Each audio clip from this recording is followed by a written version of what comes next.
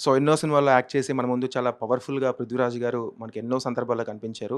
అలాంటి వ్యక్తి ఈరోజు హాస్పిటలైజ్ అయ్యి మన ముందు ఇలా ఉండడానికి కారణం ఏంటో మనం అడిగి తెలుసుకుందాం. గత కొన్ని రోజులుగా 'పృథ్వీరాజ్' గారు చేసిన కమెంట్స్ సోషల్ మీడియాలో, టీవీలో అన్నిట్లో వైరల్ అయింది. సో, ఆయన ఫీలింగ్ ఏంటో తెలుసుకుందాం. అసలు ఆయన ఏ ఉద్దేశంతో అన్నారు? దీన్ని ఏ రకంగా ప్రచారం చేసి ఆయన ఎంత ఇబ్బంది పెడుతున్నారో మనం అడిగి తెలుసుకునే ప్రయత్నం చేద్దాం.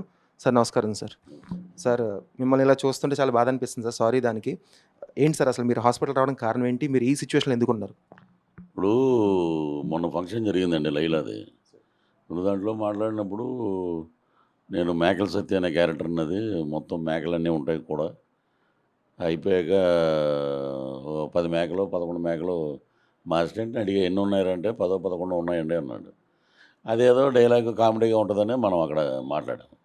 అంతకుమించి మేమేమి వైఎస్ఆర్‌సీపీ పార్టీ ఆ గెలిచిన 11 మంది దాని గురించి అంత నీచంగా మేము మాట్లాడవలసిన అవసరం లేదండి. మా మా మా నాయకుడు వచ్చేసాడు అధికారంలోకి. మా కూటమి ప్రభుత్వం వచ్చింది.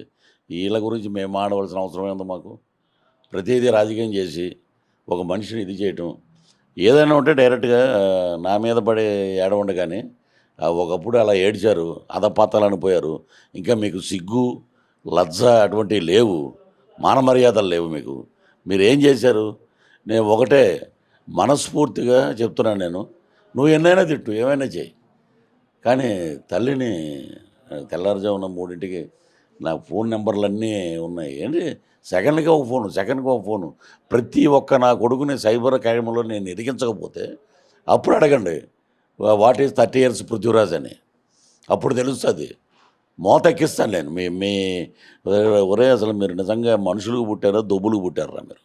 అంటే గతంలో కూడా ఏదైనా ఇష్యూ వచ్చినప్పుడు టార్గెట్ మనిషి మనిషి మాట్లాడకుండా ఇంట్లో ఆడవాళ్ళని తిట్టడం అనేది ఆ! అన్నిటికి వాళ్ళ సంస్కృతి అండి అది. తల్లిని ఎవడైనా అలా మాట్లాడతాడా? తల్లిని ఎవడైనా తల్లి తల్లి అనేది నిజంగా చేతులెత్తి దండం పెట్టాలండి. నీకు జన్మనిచ్చిన తల్లి. నీ ఇంట్లో నీకు అక్క చెల్లెళ్ళు ఎవరు లేరా? నువ్వు ఒక తల్లిని పట్టుకొని నా నా తల్లి గురించి నీకేం తెలుసురా మాట్లాడారా మీరు? ఏం తెలుసు? మీరేమన్నా మా ఊర్లో వచ్చారా? అర్థం పర్థం లేకుండా మీరు ఏది పడితే అది మాట్లాడి చాలా తెల్లారుజామున 3 నుంచి చాలా బాధతోటి ఉన్నాను నేను.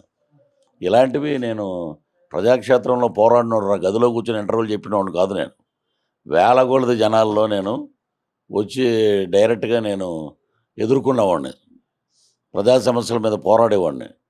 మీరలాగా మా అమ్మగారు నిజంగా చనిపోయినా కూడా ఆమెకు మనశ్శాంతి లేకుండా చేశారు కదరా మీరు. అయితే నిన్న లైలా ప్రెస్ మీట్ పెట్టారండి విశ్వక్ గారు పెట్టి ఫిల్మ్ ఛాంబర్‌లో. ఆ! మీరు మాట్లాడిన మాటలకి తనకి ఎలాంటి సంబంధం లేదని చెప్పి ఒక స్టేట్మెంట్ ఇచ్చారు. ఆ! దీన్ని మీరు ఎలా తీసుకున్నారండి? అంటే మీకు సపోర్ట్ చేయడానికి వాళ్ళు రెడీగా ఉన్నారా అదే టీము? లేదంటే మీ మానవులను వదిలేసారా? ఒకటే సార్.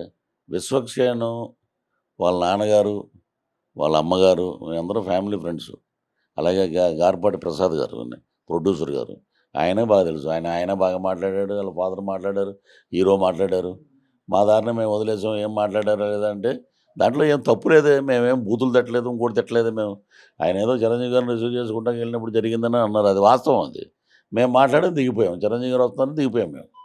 దాంట్లో తప్పే ఉంది దాంట్లో. అంటే ఒక సినిమా హైప్ చేయటానికి ఎంతోమంది ఎన్ని రకాలుగా మాట్లాడతారు సినిమా ప్రమోషన్ కోసం. అందులో మేమేం వైఎస్ఆర్‌సీపీని ఏం తిట్టలేదే. ఇక ఏంటంటే తల్లి తల్లిని ఇంత నీచంగా మాట్లాడారంటే వాళ్ళ పార్టీ ఏంటి? వాళ్ళ సంస్కృతి ఏంటి? ఆ సోషల్ మీడియా ఏంటి అనేది బాగా అర్థమవుతుంది అందరికీ. కానీ ఇప్పుడు ప 11 అనే మాటొస్తే వణుకు గజ వణికిపోతున్నారంటే ఇక మేమేం చేయలేం దానికి.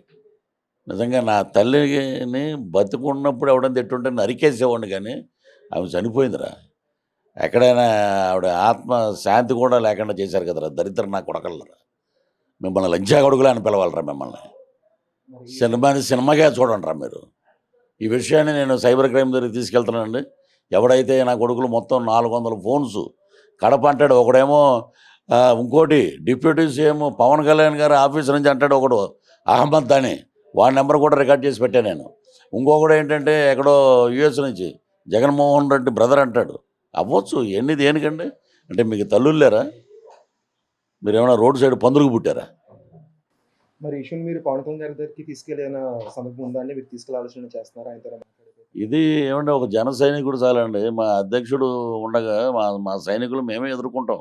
అంటే సార్ ఇది ఇప్పుడు కాదండి, ప్రతిదానికి తల్లి దగ్గరికి, చెల్లి దగ్గరికి, భార్య దగ్గరికి ప్రతిసారి తీసుకెళ్తున్నారు. మన జనసేన అధ్యక్షుడిని ఇన్ని మాటలన్నారు. ఇది ఎప్పుడు అవుతుందంటారు? ఇప్పుడు తల్లితో పెట్టుకున్నారు, ఏమైంది చూశారు కదా. ఏమైంది, మొత్తం మట్టి కరిపించారు. తల్లి అనేది నిజంగా జన్మనిచ్చిన మాతృమూర్తి.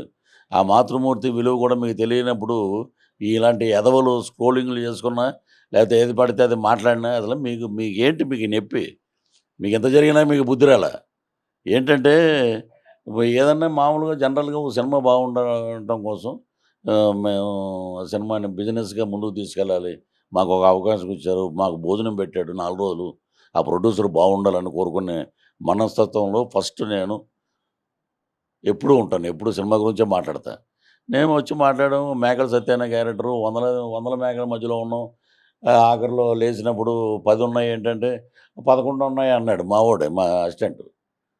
ఇదేదో యాదృచ్ఛికంగా జరిగిందన్నాం. అంతకు మించి ఈ ఏదో దీన్నేదో తీసుకెళ్ళిపోయి జగన్మోహన్ రెడ్డిని ఎవడో తిట్టలేదు, వాళ్ళ పార్టీ గురించి తిట్టవలసిన అవసరం కూడా మాకు లేదు. అవన్నీ అయిపోయినాయి. చక్కగా మా ప్రభుత్వం వచ్చింది, వాళ్ళ గవర్నమెంట్ వాళ్ళు చేసుకుంటున్నారు. మళ్ళీ ఈ పెంట ఎందుకు మాకు? ఎంత బాధపడతారండి ఇంట్లో? ఒక పక్క భార్య, ఒక పక్క కూతురు, ఇంట్లో చేసే పనోళ్ళు కళ్ళం నీళ్ళు పెట్టుకున్నారు పొద్దున్న. ఎప్పుడు నేను కూర్చొని అలాగా, తను బయటికి వెళ్తున్నప్పుడు కూడా నేను చూడలే, ఆ కుర్చీలో కూర్చొని అలా నిద్రపోయి ఉన్నాను నేను. స్ట్రెస్. ఎన్ని అన్నాడు, తల్లిని ఇలాగా అన్నాడని ఎంత ఎంత బాధ ఉంటుందని లోపల. నీ నీ నీచమైన పార్టీ గురించి, నీ నీచమైన ఈ మనుషుల గురించి మాట్లాడితే మాకు ఏమంటుంది ఏంటంటే మాకు తగులుకుంటాయి దరిద్రాలన్నీ.